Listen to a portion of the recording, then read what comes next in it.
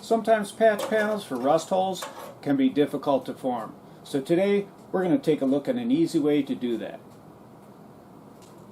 This is where the battery sat and the leakage caused a little bit of rust right here. We had to do some frame pulling, so we welded it up right here, and it's not that pretty, but it was effective. Now we're just going to fill in this rust hole right here, and it is a bit difficult. So we're going to take this guy right here, and first we're going to just start welding right across here, and then we'll form the patch while it's hot. As a quick welding review, you can set the cone right down on the work, hold it at a 45-degree angle, and pull the trigger. And that's what that looks like. Upside down, same thing. 45-degree angle, and pull the trigger.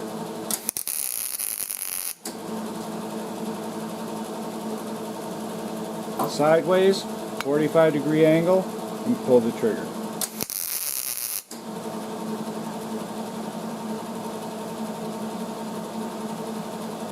It's always best to weld on clean metal, but sometimes you're just going to have to weld through the dirt. So we're going to start by putting a patch like this, put a couple tacks here.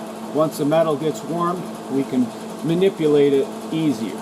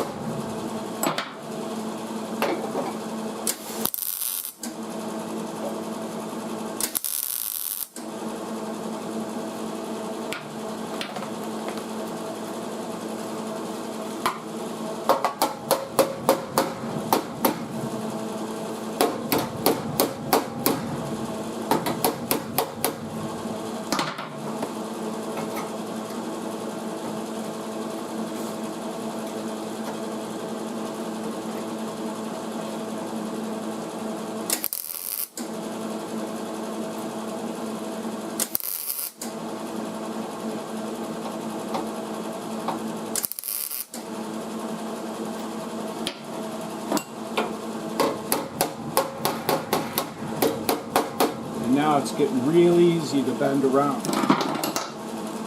We'll slice it right here.